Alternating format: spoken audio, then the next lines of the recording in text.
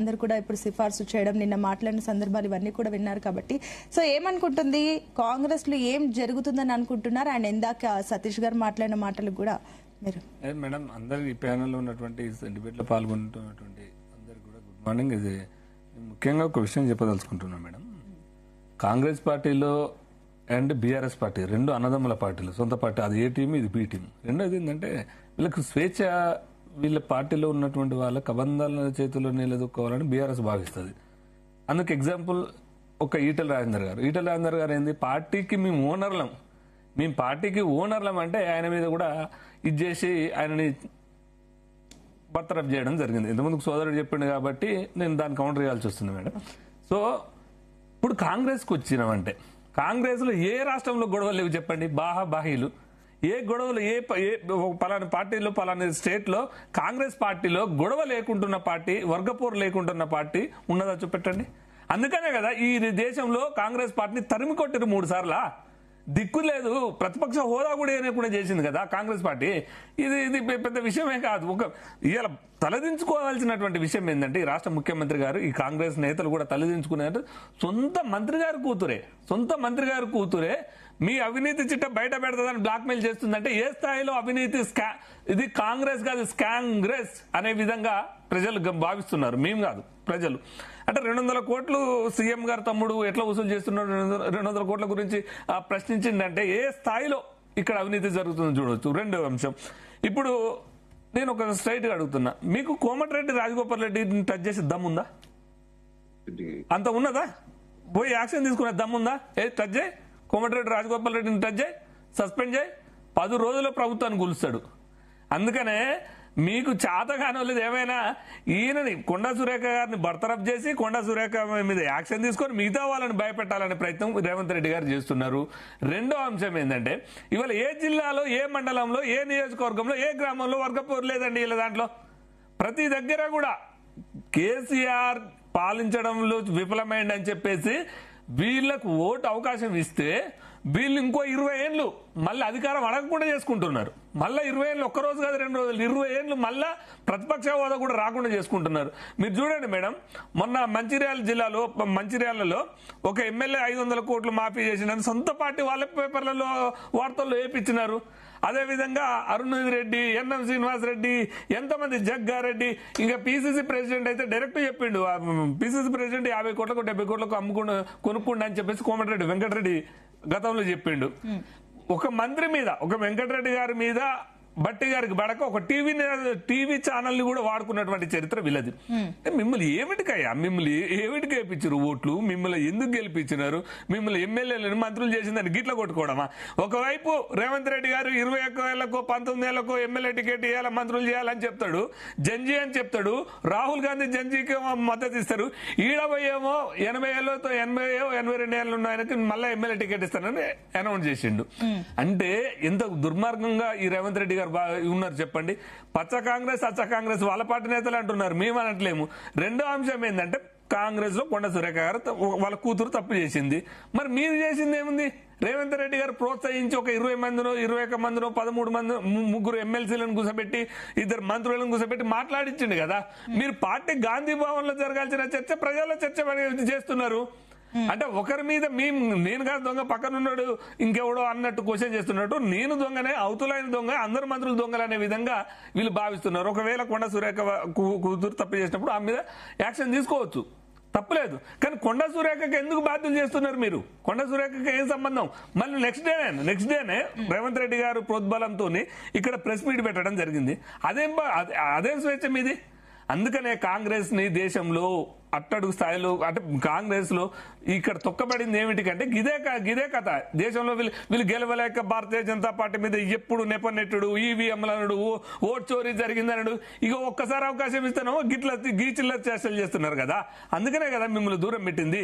నీకు ఏడ చూడు ఇప్పుడు సురేష్ యాదవ్ గారు, సరే మీరు చెప్పిన పాయింట్స్ లో వాళ్ళకి సంబంధించి వాళ్ళు ఆన్సర్ చేస్తారు. అట్ ద సేమ్ టైం బీజేపీలో కూడా ఉన్నాయి కదా ఇంటర్నల్ గా కాంట్రవర్సీలు జరుగుతున్నాయి. మొన్న ఇంటర్నల్ మీటింగ్స్ లో కామారెడ్డి బీజేపీ ఎమ్మెల్యే కూడా ఒక మాట అన్నారు, మన దగ్గర 8 మంది ఎంపీలు ఉన్నారు, 7 ఎమ్మెల్యేలు ఉన్నారు, అయినా మనం కలుస్తలేం, ఇంకేం గెలుస్తామని చెప్పి. భారతీయ జనతా పార్టీలో క్రమశిక్షణ క్రమశిక్షణ మారు పేరు భారతీయ జనతా పార్టీ. ఎక్కడ కూడా ఇంత ఓపెన్ గా అంగడి సరుకులు లాగా అమ్మే క్యాండిడేట్లు మా భారతీయ జనతా పార్టీలో ఉండరు. ఒక సిస్టమేటిక్ గా ఉంటది. సరే ఉంటే ఉండొచ్చుగా, పార్టీ దగ్గర వ్యక్తం చేస్తుంది. ఎవరైనా అసంతృప్తి ఉండొచ్చు, ఒక ఆందోళన చెందిన పార్టీ దగ్గర చేస్తుంది. కానీ భారతీయ జనతా పార్టీ కాంగ్రెస్ వాళ్ళ నేతల్లాగా కాంగ్రెస్ లో ఒక కొట్లాడే చరిత్ర ఉంది. ఏ స్టేట్ లో ఉందో చెప్పండి. కర్ణాటకలో డికే శివకుమార్ సిద్దిరామయ్య కొట్టుకుంటారు. కేరళలో కేసీ వేణుగోపాల్, అక్కడ ఉన్న సతీష్ సీఎం ఇట్లా కొట్టుకుంటారు.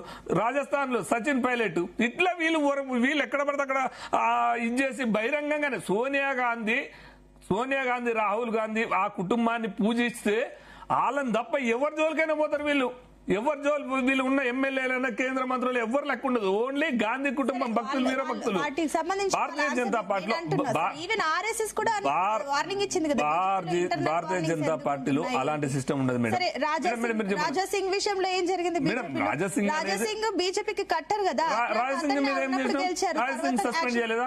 రాజాసింగ్ మీద సస్పెండ్ చేయలేదా? ఆయన పార్టీకి కట్టుబడి లేనప్పుడు సస్పెండ్ చేయలేదా? మీ దగ్గర ఉన్నదా? మీ దగ్గర ఎంతమంది ఎమ్మెల్యేలు సస్పెండ్ చేశాను? ఎంతమంది మంత్రుల మీద యాక్షన్ తీసుకున్నావు? నీ మంత్రులు, నీ ఎమ్మెల్యేలు, నీ పార్టీ ఎమ్మెల్యేలే నేను ఇష్టం వచ్చినట్టు ముఖ్యమంత్రి కాదని చెప్తున్నారు.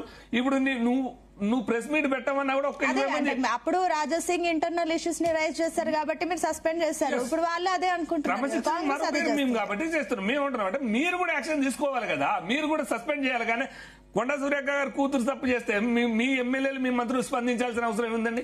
అంటే బహిరంగంగా మీ పార్టీలో చర్చ జరగాల్సింది, గాంధీ భవన్ లో చర్చ జరగాల్సింది, లేకపోతే ఏఐసిసి భవన్ లో చర్చ జరగాల్సింది. అసలే డైరెక్ట్ పబ్లిక్ చేశారు కదా. అంటే మీకు ఒక గాంధీ కుటుంబానికే వీరభక్తులు అయిపోయారు తప్ప మీరు ప్రజలకు వీరభక్తులు కాదు. ప్రజలు కాదా ఓటేసింది మీకు? ఏదో గాంధీ కుటుంబమో లేకపోతే ఎవరో ఓటేస్తే కాలే కదా. కేసీఆర్ వద్దనుకొని మీ దగ్గరకు వచ్చి మిమ్మల్ని ఓట్లేస్తే మీరు చేసేది ఏంది? మీరు చేసేది అవినీతి, మీరు చేసేది ఇట్లా ఇష్టం వచ్చినట్టు సంపాదించుకోవడం. మీరు నిన్న మొన్న ఒక సోషల్ మీడియాలో చూసిన మేడం, తిరుపతి రెడ్డి గారికి రేవంత్ రెడ్డి గారు కూడా పడట్లేదట. సొంత సోదరుడు కూడా బ్లాక్ మెయిల్ చేస్తున్నట రేవంత్ రెడ్డి గారిని. అంటే నిన్ను సీఎం ఫెయిల్యూర్ చేయమన్నట్టే కదా, చేత కావట్లేదన్నట్టు సొంత సోదరుడే నిన్ను వ్యతిరేకిస్తుండే. ఎంత మూర్ఖంగా ఈ రేవంత్ రెడ్డి గారు పాలిస్తారో మనకు అర్థమవుతుంది. తెలంగాణ ప్రజల్ని ఏరుకోరి తీసుకొచ్చిన మొగుడే ఎగిరెగురు కొట్టినట్టు కాంగ్రెస్ ని ఏరుకోరి తెచ్చుకుంటే మళ్ళా 20 ఏళ్ళు కనపడకుండా చేసుకుంటున్నారు వాళ్ళు. ఎందుకు? వాళ్ళకి ఎంతసేపు అవినీతి, న్యాయం, స్కాములు. మన చూడు సింగరేణిలో కూడా మొత్తం కూడా స్కామే జరిగింది. ఇట్లా ఈ రకంగా చేస్తున్నారు కాబట్టి ప్రజలు బుద్ధి చెప్తున్నారు. ఇంకనైనా కాంగ్రెస్ వాళ్ళు మానుకోవాలి. రెండోది ఏంటంటే ఒక్క కులానికి ఒకటి సింపుల్ అండి. ఇప్పుడు మీరు ఒక మాట అంటున్నారు కదా, ఇప్పుడు కొండా సురేఖ చేస్తే ఇప్పుడు కూతురు చేస్తే ఆవిడని అంటున్నారని. అప్పుడు మరి బండి సంజయ్ విషయంలో బండి భగీరథ్ చేస్తే తండ్రిని అనలేదా? ఎవరు ఎందుకనలేదు? వీళ్ళు అన్నారు కదా మమ్మల్ని ఎంత మూర్ఖంగా అన్నారు కదా. అదే కదా అప్పుడు అంటారు కదా. నేనేమంటున్నా, బండి భగీరథ చేసిన దానికి సంజయ్ బాధ్యుడు కాదంటున్నాం. కొండ సురేఖ కూతురు చేసిన దానికి కొండ సురేఖ బాధ్యురాలు కాదన్నాం. మేము బీఆర్ఎస్ వాళ్ళ ఇది లెక్క లేదు కదా, అసత్య ప్రచారం చేసి ఆయన రాజీనామా చేయాలి, ఆయన చేయాలి అనలేదు కదా. మేమేమంటున్నాం, భగీరథ చేస్తే భగీరథ శిక్ష అనుభవిస్తాడు. తండ్రికి సంబంధం లేదు కదా. ఇప్పుడు కూడా మేము అదే అంటున్నాం, కొండా సురేఖ రాజీనామా చేయాలని మేము పట్టుబడట్లే మేడం. మళ్ళీ చెప్తున్నా, కొండా సురేఖ రాజీనామా చేయాలో కొండా సురేఖను ఏదో చేయాలని మేము అనట్లేం. కొండా సురేఖ గారు కుమార్తె చేస్తే సురేఖను ఎందుకు బాధ్యులు చేస్తున్నారు? మీరు ప్రెస్ మీట్ ఎందుకు, ఎమ్మెల్యేలు ఎందుకు, మంత్రులు ప్రెస్ మీట్ పెట్టినని అంటున్నాం మేమే. అంటే మీకు మీ దాంట్లో ఒక వర్గానికి ఒక న్యాయం ఉంటుంది, ఇంకో వర్గానికి ఇంకో న్యాయం ఉంటుందా? అదే రాజగోపాల్ రెడ్డి గారి మీద పెట్టలేదండి, లేకపోతే ఎన్ఎస్ శ్రీనివాసరెడ్డి మీద పెట్టలేదండి, జగ్గారెడ్డి మీద పెట్టలేదండి. మీరు మీ ముఖ్యమంత్రి గారికి జోలికి వచ్చినప్పుడు ఇష్టం వచ్చినట్టు పెడతారు. అక్కడ ప్రతిపక్ష కేటీఆర్ గారిని ఏదేదో ఇష్టం వచ్చినట్టు ఒక సినీ ఇండస్ట్రీ ఎవరితో మాట్లాడినప్పుడు ఆమెను నెత్తికెక్కించుకున్నారు. అంటే మీ పార్టీ ఇంటర్నల్ సమస్యలు తీసుకొచ్చి ప్రజల మీద రుద్దకండి. లేకపోతే చేత కాకపోతే రాజీనామా చేయండి. మా వల్ల అట్లా పాలన కావట్లేదు. ఇప్పుడు చేత కాకపోతే రాజీనామా చేసుకొని వెళ్ళిపోమండి. కానీ ప్రజల మీద బలవంతంగా రుద్ది ఎంతసేపు ఉన్న సమస్యలు మీరు 6 గ్యారెంటీ ఇంప్లిమెంట్ చేయట్లేదు, లేకపోతే మీరు ఇస్తానన్నటువంటి హామీలు ఉన్నాయని పోయినాయి. ఈ సమస్యను తీసుకొచ్చి మొత్తం నేనే కాదు అవినీతి, మిగతా వాళ్ళు కూడా అవినీతి చేస్తున్నారని చూపెట్టి ఇది చేసే ప్రయత్నం చేస్తున్నారు. అంటే ప్రజలు మళ్ళీ వెనకపోతున్నారు. మనం తెలంగాణ తెచ్చుకుంది ఏమిటికి? తెలంగాణ తెచ్చుకుంది దీనికోసమేనా? గిట్లాంటి వర్గప్ ఎవరైనా గిందుకోసమే కదా. తెలంగాణ ఇచ్చినప్పటికీ కూడా మిమ్మల్ని ఎందుకు నమ్మలే? 2014 గిదే వర్గపోరు ఉంటుంది, గిదే కుమ్మలాట ఉంటుంది, గిదే బాహబాహి ఉంటది అనే కదా మిమ్మల్ని దూరం పెట్టింది. మళ్ళా ఇదే చేస్తే మంచి పద్ధతి కాదనేది మా వర్షను. ఓకే అండి, will come back to you. S Paparao గారు కూడా జాయిన్ అయ్యారు. పాపారావు గారు